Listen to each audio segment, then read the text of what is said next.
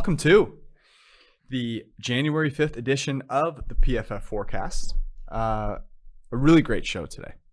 We're getting into Week 18, which means that we are going to talk about Week 18. We're going to talk about the playoffs a little bit too. We've got the take of the week, and I have a very special gift for my friend. Oh, man. Oh, no. Let's rock.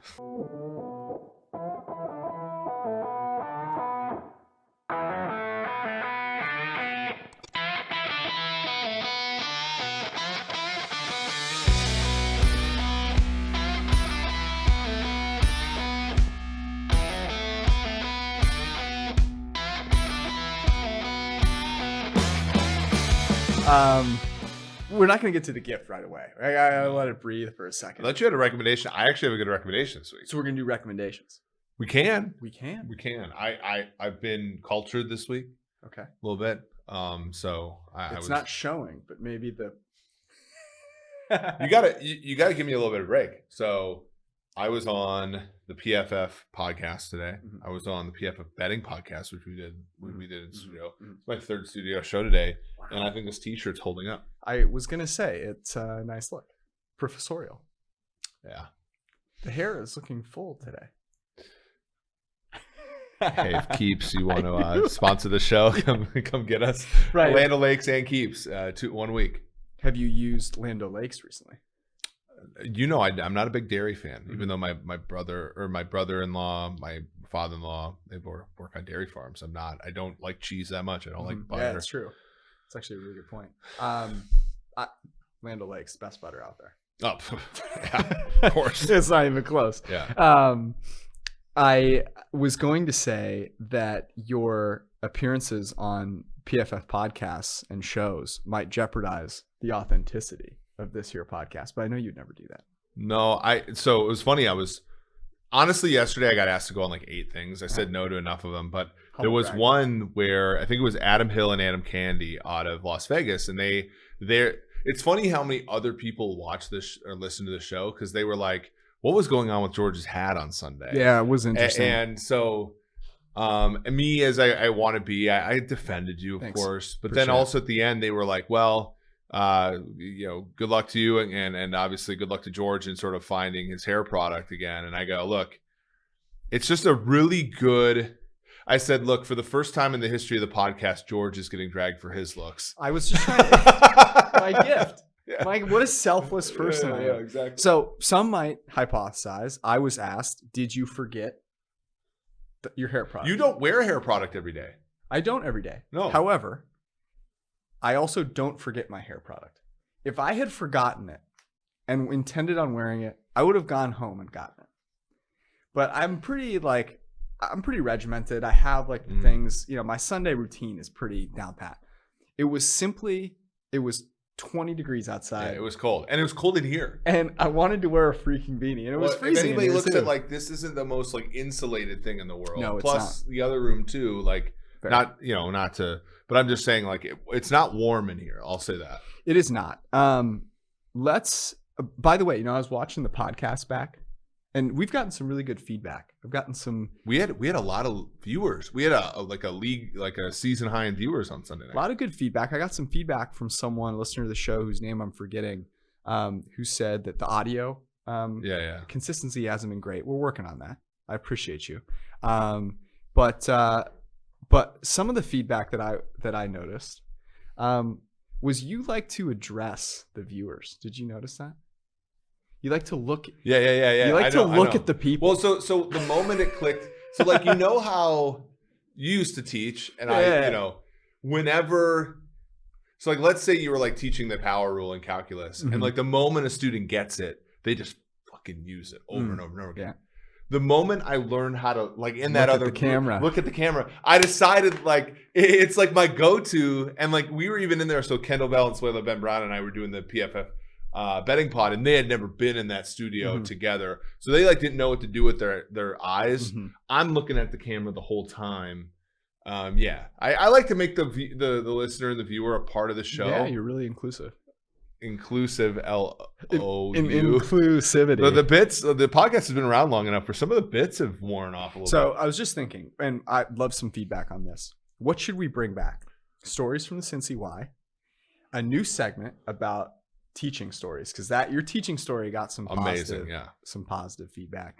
We could also bring back Louis Riddick, although I haven't watched Louis Riddick hardly all year because of the Mannings, thank God. Let's get into the target take of the week. Before we do, I want to go back a couple of weeks, and I want to check in on one of my takes.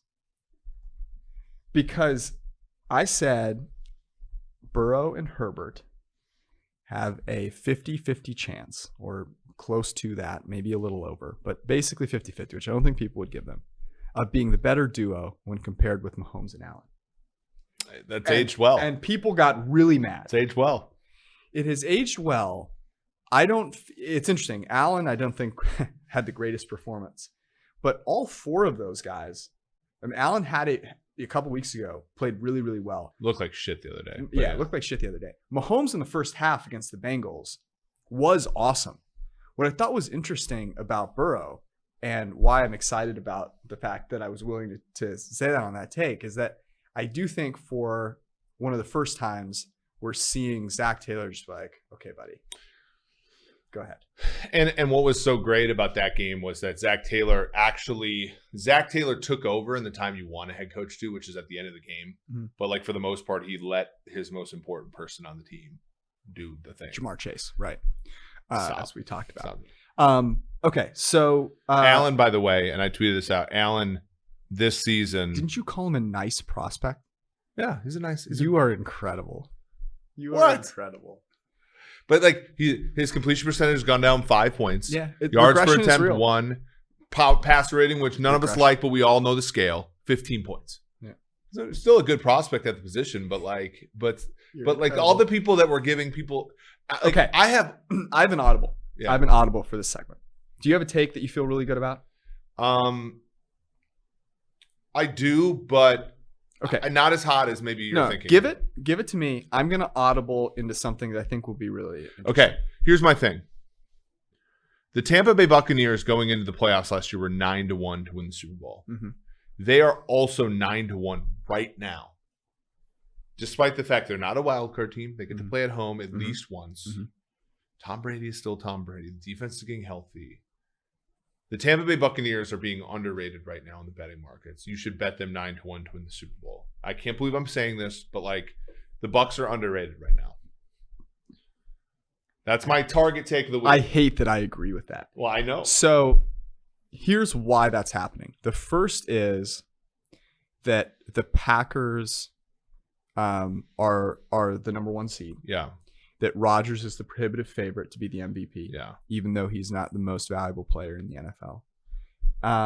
And the biggest one is the injuries at receiver or mental issues at receiver. Antonio Brown's still on the roster. Mike Evans is banged up and Chris Godwin is out. Would you rather play at home without Godwin and Brown, or go on the road with all three of those guys? Because I don't know. I don't know which one. Well, but I mean, we don't think that Godwin and Brown are worth. I mean, like those players don't move the betting markets much more than a point or two, right? Which is basically exactly what home field advantage is now. Yeah. So like that, my issue. They're going to have to get past. The NFC is loaded. I mean, they're going to have to get past some good teams. But it's Brady. Like I agree, but and I think the thing with Brady. Do you think that this is more of a statement? Because I feel obviously strongly about this. Brady is being underrated again. I agree. Well, look, Brady. So Brady leads the league in WAR. I think a lot of that is the fact that he's thrown almost 200 more passes than Rodgers, right? Like, but isn't that? It's part of being the valuable. Isn't that part of it? Like you're winning. Yeah. With Tom Brady. Well, I talked about this yesterday in the Moneyball pod. It's so hard to do WAR because if Brady were to be replaced, he wouldn't be replaced by a Blaine Gabbert throwing 700 passes. Yeah. You know what I mean? Like he would be replaced, and those runs are going to be not valuable either. Right. So like I do agree. I think volume should matter in WAR for football because especially for quarterbacks, because the replacement, and that's why running backs are also not that valuable because if you take Jonathan Taylor off the Colts, you're probably going to replace him with Carson Wentz passes, which, as bad as Wentz's are more valuable than runs on average. The feeling you get out of it. No, true. The ability to impose. To run the ball on your own terms. On your own terms, yeah, is important. But but you look at Brady though, and like Brady has a lower turnover worthy play rate than Rodgers does this year. It's absurd, right? Like Brady and Rodgers is doing a great job, but Brady is second best in the NFL behind Justin Herbert, which is kind of amazing to me. Turnover worthy play rate. Well, and Herbert, which is interesting, Herbert's not throwing the ball downfield. He has a bottom 7 average depth of target. Right. I bet if you wanted to fool anyone out there, the number one thing you could fool him with is like, who throws the ball deep the most, and you'd get like Herbert in the first 5 answers. I think honestly, and we brought this up last week, by the way, so you could have been ahead of the curve if you listened to the PFF forecast on Wednesday. Joe Burrow is averaging almost 9 yards a pass attempt this year. Yeah. And he's doing so while completing over 70% of his passes. Like when you think of a 70% completion percentage guy, you think of Sam Bradford on the Vikings setting the record and like doing at like 7 yards an attempt or 6.5 yards an attempt. To complete more than 70% of your balls at 9 yards a pass attempt and also having 14 picks. Like he's had one of like the most statistically anomalous seasons like we've ever seen. And like I think, obviously the interesting thing about that though is like he's got a little Russell Wilson to his stats. Where the efficiency numbers, the efficiency numbers are awesome. He's throwing the ball deep now. He's got Jamar Chase, but it's almost like every time he doesn't complete a ball downfield, he's taking a sack. Yeah. Oh, there's that too. Here's my comp. So somebody said he was in that young Brady. I think that's a little much. But I'm saying he's a cross between Brady and get this one, Phillip Rivers. So Phillip Rivers is a swashbuckling.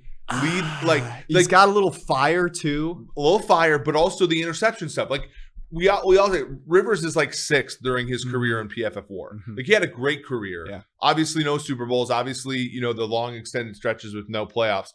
But like it's a little bit that like where Rivers had a fabulous career, but there was always a little bit of that interception stuff. You folded in a little bit of Brady into that, and then you get a winner, right? I almost think you've got to go further back with Joe Burrow.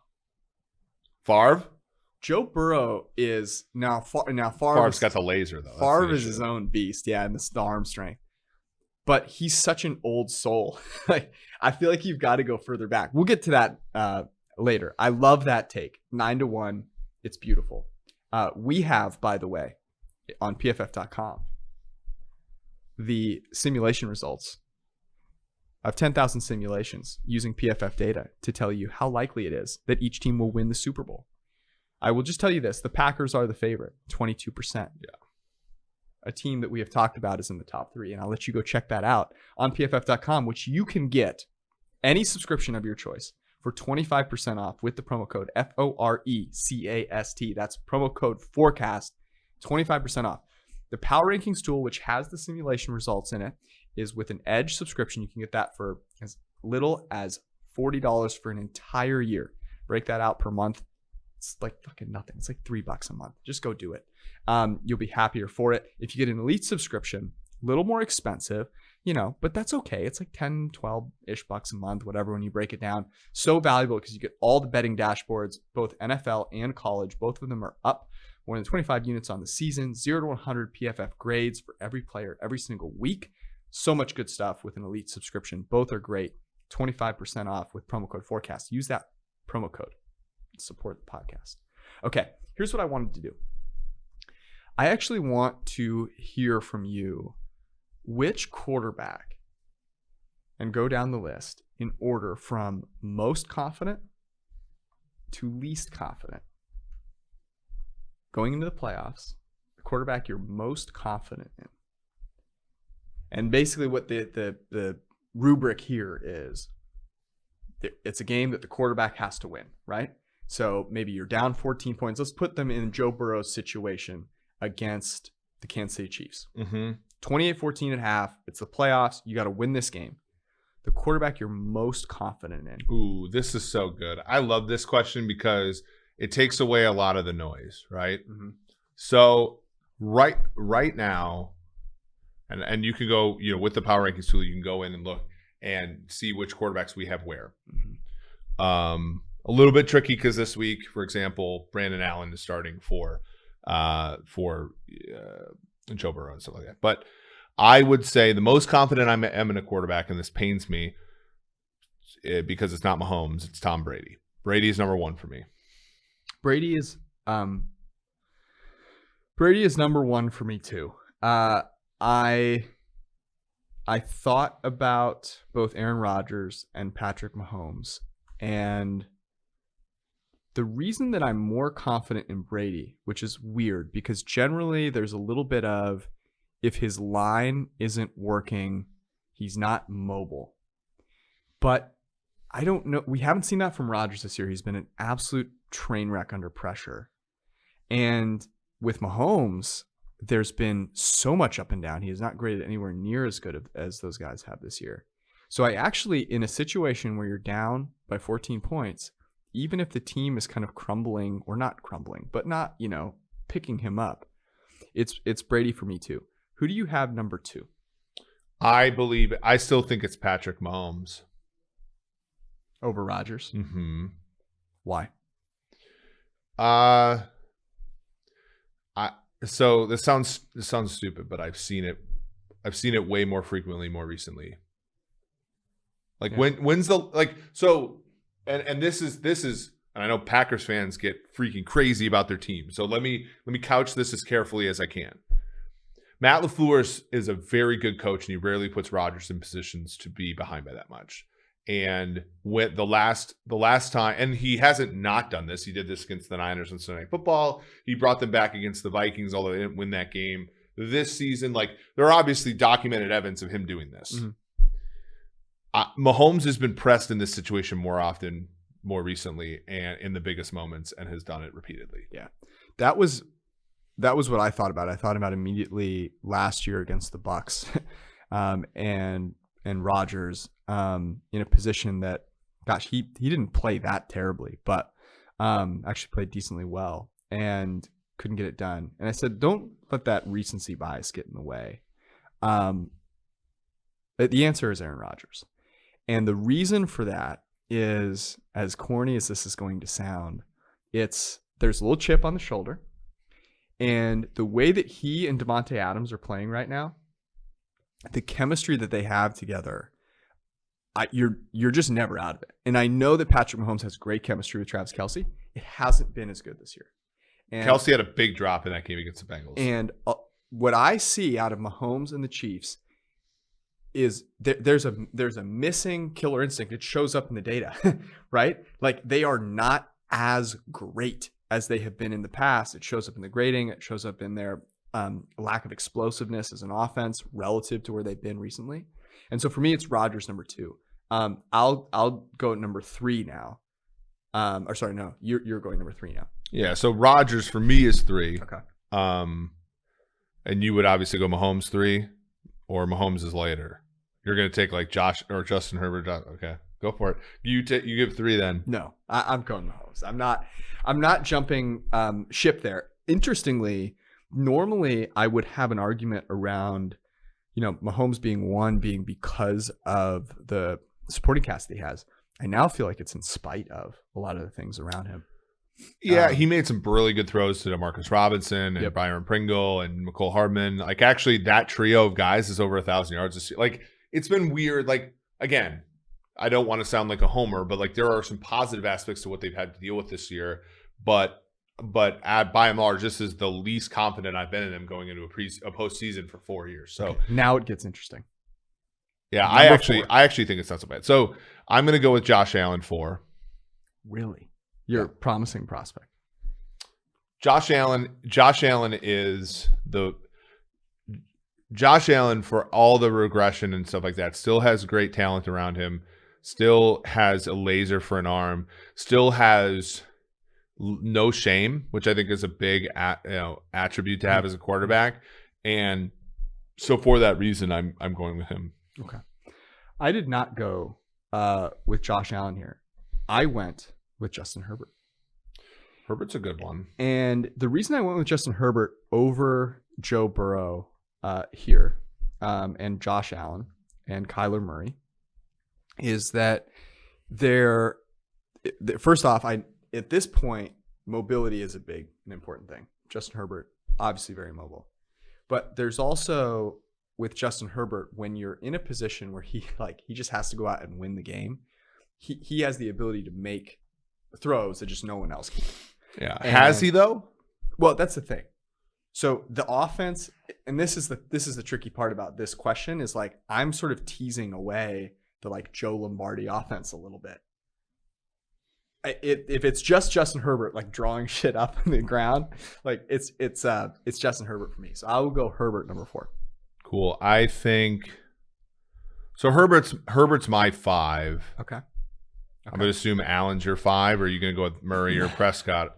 No, I'm going to go with Burrow. I'm sorry. Yeah, I'm going to go with Joe Burrow here. And this one was, again, really tough. So the difference for me was Josh Allen, Joe Burrow in a position like this where you're down. I actually have a lot of faith in both. And I think I could really put either one here. I'm putting Burrow because he's played better this year. As you mentioned, I mean, he's the highest graded quarterback, and Allen has not played as well, but I think it's very close. So I'm going to go Burrow, and then I go Burrow here. Okay, so I would then. So here's an interesting question: Josh Allen, Kyler Murray, Dak Prescott. Of those guys, well, obviously I'd pick Allen, but I'd pick Prescott over Murray right now, just because I think that offense is slightly more functional. Although I did not see that Sunday. Yeah, I'm going to go Allen, Murray, Prescott. Okay, so then I will go Prescott, Murray, just, because I think they're close though. Yeah. Yeah. So the people that we've left out, the quarterbacks that we've left out on playoff teams here are interesting. I believe the only quarterback on a team playing at home in the first round is Matthew Stafford. Yeah, Stafford.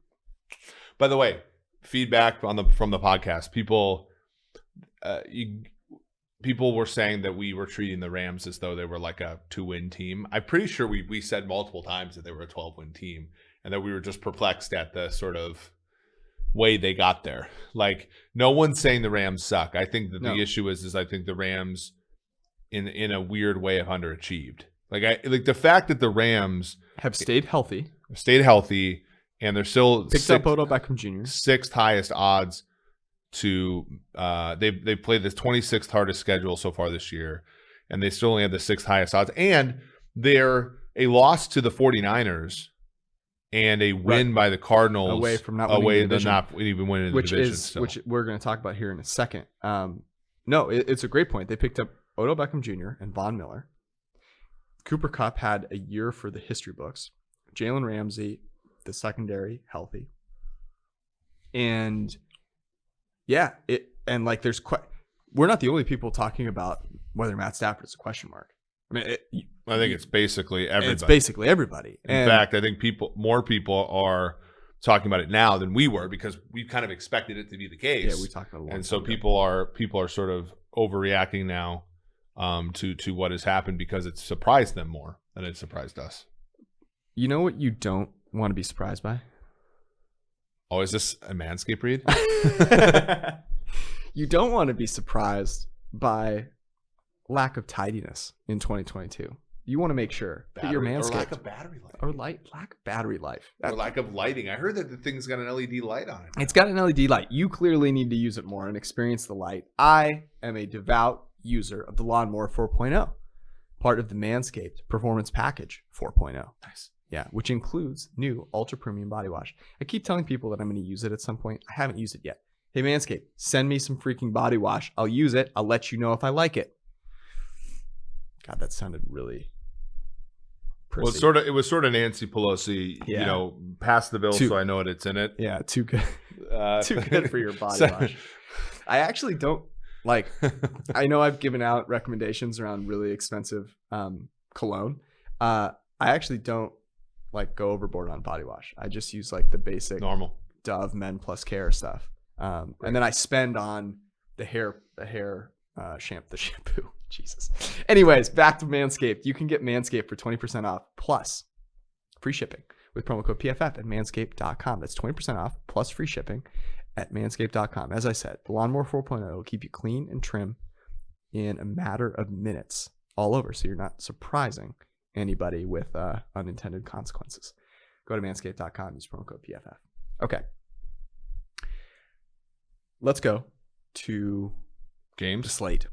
The Week 18 slate. Not a ton of games here, so we spent a little bit of extra time on some more interesting things. And obviously we don't know all the playoff matchups yet. So like, do we want to ignore completely games that have asymmetric goals? So Kansas City, Denver, our models don't even really. Yeah. But here's the interesting thing: the asymmetric goals are true, but at the same time, like the Broncos are like trying to rationalize their existence here. Yeah. Meanwhile, the Cowboys and Eagles, that one is, I don't know if the Eagles are going to try at all in this game. Scenes, as the kids would say. Scenes. Yeah, it's not great. So I think ignoring that one makes a ton of sense. Micah Parsons did go on the COVID-19 list. COVID-19 list for the Philadelphia Eagles is stacked. Dallas Goedert, Jason Kelce, Jordan Howard, Avonte Maddox. Do they care about seeding? I don't know. It doesn't appear so. They're 7-point dogs. Total on the game 43. Cowboys care about seeding. I would imagine the 2 seed matters a lot to them. Total 43 seems a little bit low. The last time they played, total was like 51. But obviously, as you said, there's a lot of players out there. That might be one to consider. Let me throw one out here for you. It's not a lot of good ones. We like Niners 5.5. It's now 4.5. Yeah. Sharp. Let me throw one at you that I think is interesting. Okay. Seattle plus 6.5 at Arizona. I know this is asymmetric goals, but I think much like Arizona last week, people were sort of like all out on them. 6.5-point dogs to Dallas. Now they're all back in on them. Right. Seattle has been playing hard the last few weeks. They're relatively healthy for them. And obviously this could be Russ's last game as a Seattle Seahawk. 6.5. I think it's I'm kind of surprised that it's 6.5. I mean I guess it was the Lions. The Lions stink. That's who the Seahawks beat last week and did so, very convincingly, 51-29, covered a 9-point spread there. The Cardinals, I guess on the other hand, they beat the Dallas Cowboys, and that was a massively public game, and people saw that. And the line moved out to 6.5. Dallas favored by 6.5 by the time that closed. And I don't think we were all that surprised about the Cardinals. Our models like the Cardinals. So I don't want to overreact to that. And look, they scored 25 points in that game. I wouldn't say that their offense is back. They scored 16 points in a loss to the Colts. They scored 12 points in a loss to the Lions. They scored 23 points in a loss to the Rams. So if you think that the Cardinals are covering, 6.5 points here, with them scoring like low 20s point total, you're probably not going to have very good odds. So I like that one a lot. I also think no totals this week above 50. That's yeah. How do you feel about those? Because the only under bet I've made is the one on the Chargers Raiders game, and that's just an emotional hedge in case they decide to do the kneel down thing. Yeah. We give it a 3% chance that doomsday scenario happens, which is the Jaguars beat the Colts, Steelers beat the Ravens, and then basically all that needs to happen for the Chargers and the Raiders, Ravens beat Steelers. But even if the Steelers beat the Ravens, I think, could be wrong. No, but all the Chargers and Raiders have to do is sort of kneel the game out. Yeah. So if they're doing that, the suspense would be incredible because as you get to the end of the game, you're curious whether one team is like, you know what, fuck it. Yeah. Well, that social norms are a weird thing, man. I remember, my freshman year in college, my high school basketball team, Darton High School, know what it means to be cool, I guess. But like we made it to state like basically every year I was there. But then like the year after we made it to state, but we were bad. And there's no shot clock in Minnesota but high school basketball. And so I turn on the TV and we're playing over spring break in the tournament, and our head coach is like playing four corners. And I'm just like, and the guy like this guy that's a D1 freaking prospect on our high school team is just sitting there like holding the ball for like 35 seconds straight. And I'm just like, this sucks. But like, you're adding variance to the game. Like what happens if you're the Raiders? That's totally what you want to do, right? You don't want to see San Diego in the. No, you don't want to see San Diego. That's for so like sure. you play it like kind of cool. You play it cool, and then opening kickoff of overtime, you run it back for a touchdown. And you're like, see you later, San Diego. Like, I mean, that would be absolutely spectacular. How great would that be? Okay, I like Seattle a lot. We've already bet it. You do like Niners? I do like the Niners. Trey Lance is the quarterback we have in there right now. Yeah. I mean, it's tricky. This number started at 6.5, by the way, and now all the way down to 4.5. Yeah. So you're not getting the 6, which sucks. 5, it's not a key number. The Niners own the Rams. Like Mike Shanahan or Kyle Shanahan, like the way that Sean McVay is getting to this game is that Kyle Shanahan is putting him in the baby seat in the back of his car and driving him to the stadium. And this is a road game for Kyle Shanahan. So like that tells you the state that we're in right here. It's a family vacation. Yeah. There's also, look, the Rams want to win the division. Absolutely. But the Niners want to make the playoffs.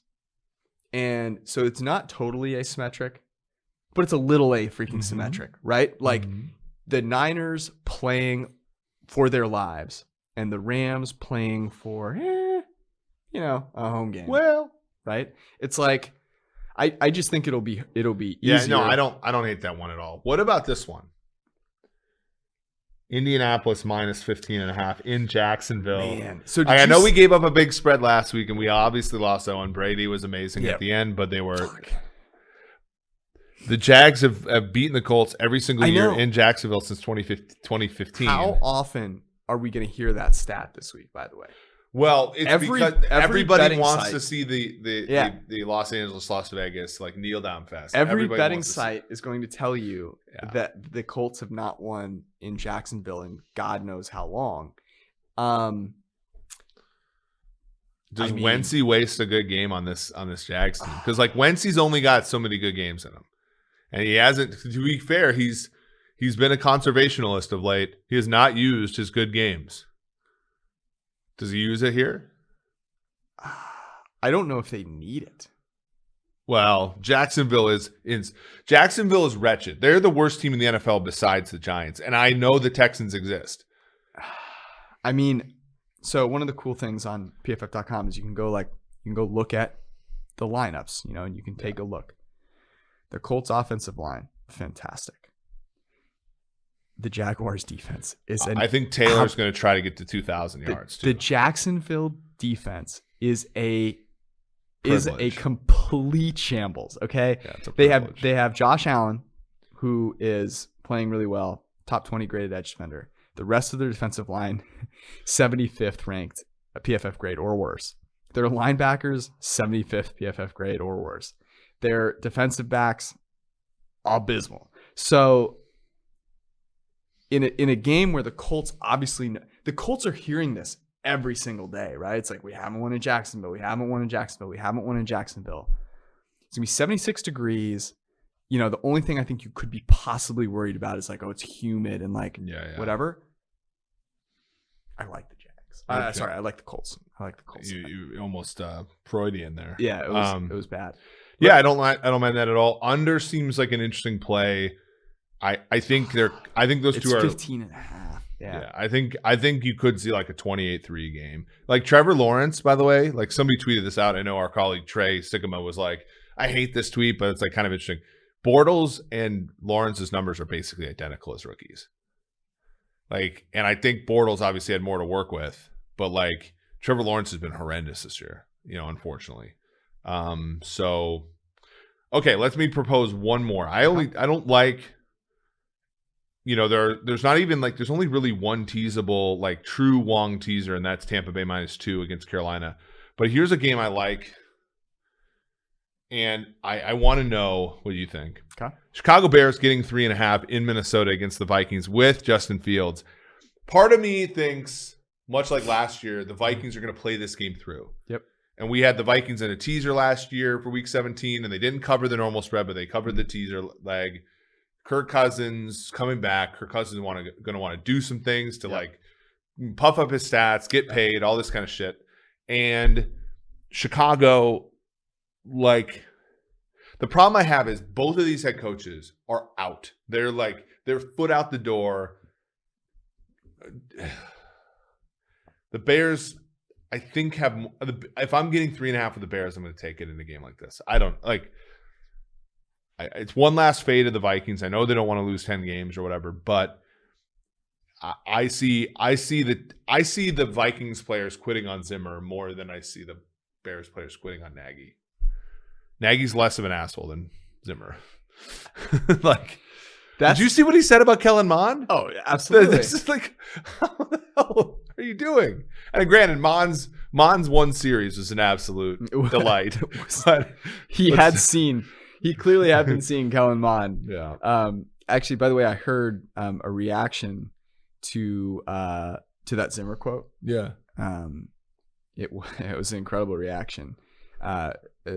Twitter video by OJ. He was like, I can't believe Zimmer killed him like that in the press conference. I would never do anything like that. Oj. Just coming back for more. Oj. If you haven't watched that video yet. If OJ has social commentary on a situation, I want to hear it. Good. If you haven't watched that video, by the way, you need to go find it. What OJ needs to do is he needs to work on sports betting. I think he is. Oh, really? Yeah, I think he is. I think you can find his picks on his. This is a killer pick.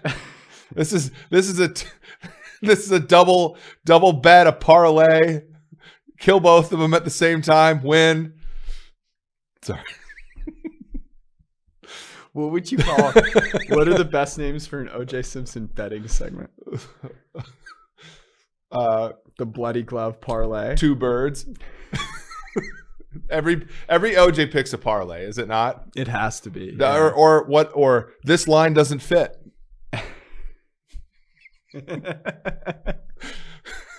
Look, 3.5 is like the glove. Yeah.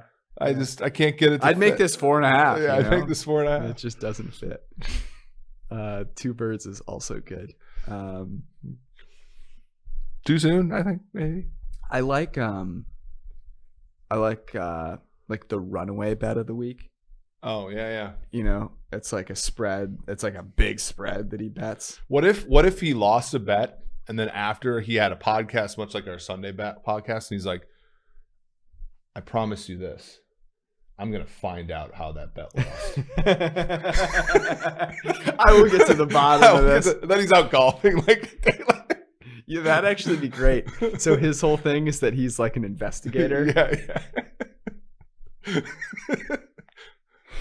Oh, man. He puts on his spectacles. By the way, and goes and solves the case. This is not my recommendation, but there is a documentary on YouTube called Vegas Day versus the World.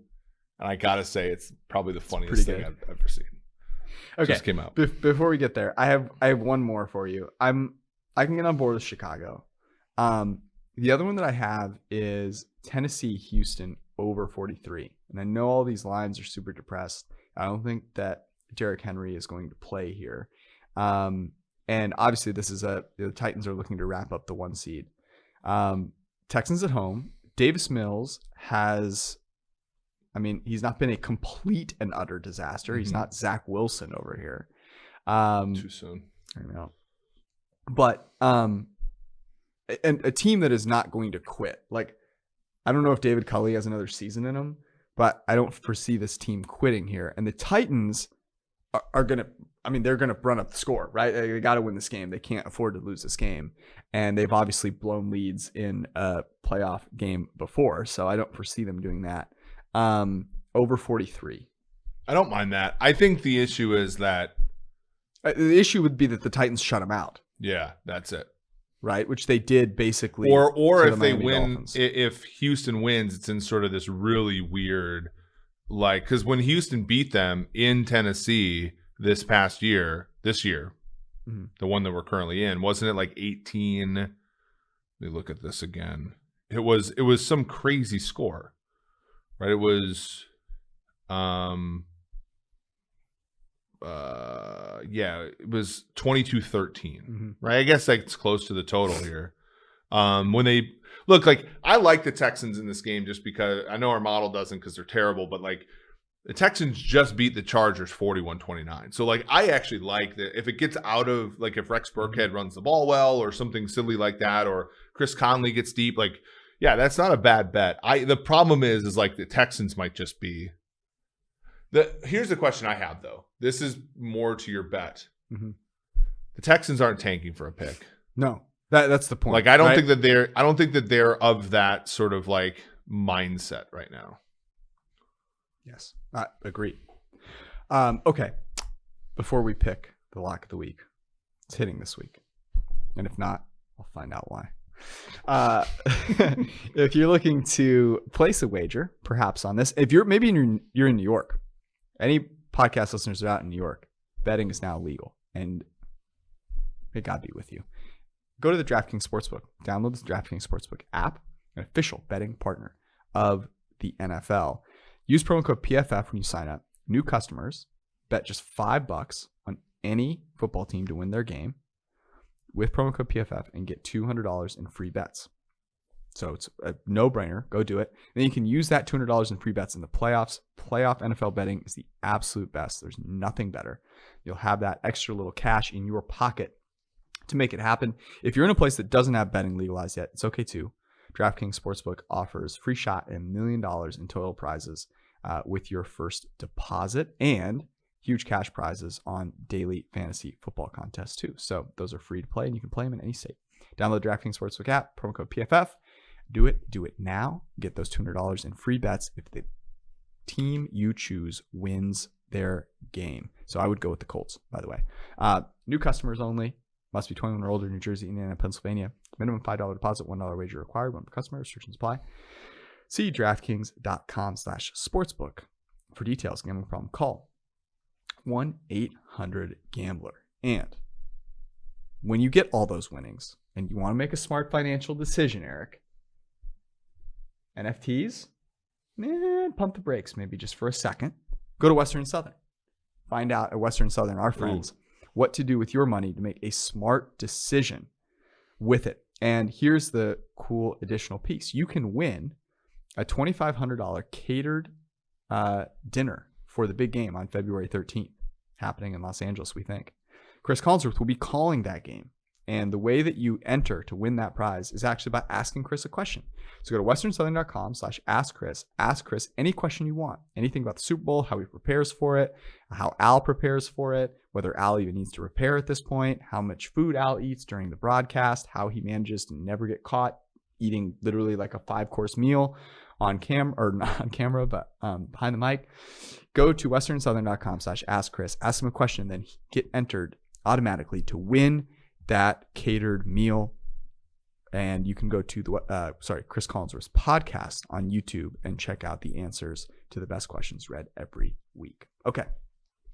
The Niners have just placed their 4th cornerback in COVID. They are down to one healthy corner. Yes, I know. Right now. But the fact is like those guys can now come off the COVID list relatively quickly. So that is maybe a contributing factor, but it is a contributing factor, I think, for sure. Also the fact, we're not getting the best of that number. Yeah. What's your favorite that we've discussed?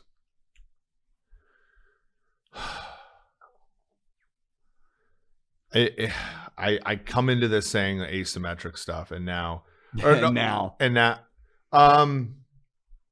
Indianapolis minus 15.5. Go Frank Reich. Really? Yeah. Okay. I'll be willing. No, I'm also willing to go with what you went. By the way, we also last week made a loss, but we also took Falcons plus 14.5. Closed 14, landed 14. Blah blah blah. Whatever. So the actual choice of this is often down to a few wins. So Minus 15.5 is just a lot of points. And obviously, the back door is open in a lot of scenarios there. I'm okay with laying off the 49ers because we obviously got it at 6.5. The corners are a question mark. Although it doesn't seem to matter for Matt Stafford. He played the Ravens last week. Seattle is also interesting to me because they're going to play hard. And if this is Russell's last, Seahawks game, you feel like they're going to go out and, go all in. So I like all of those. Let's do it. I'm down with the Colts, though. Need you, Frank. Let's do it. Indianapolis Colts minus 15.5. The Frank Reich train rolls on here. Okay. Recommendation time. Don't Look Up is a great show. It's a movie, right? On Netflix, yes. Yeah. And that's Meryl Streep, Leonardo DiCaprio, Jennifer Lawrence. I was hesitant to watch it because people said it was kind of like Idiocracy, and Idiocracy was just cringe the whole time. And there were certainly cringe moments to the movie, but I think it's a little long, but it's worth your time. I like that movie a lot. Enjoyed it. Okay. My recommendation is just giving you the second part of your Christmas. Oh, no. Gift. Yeah. So, story behind this is in this very studio a couple of podcasts ago. Oh, no. You really bragged about the way that you were taking the Antiguans on. And so... Thank you. I made you a T-shirt to let everyone know that you're the mayor of Antigua.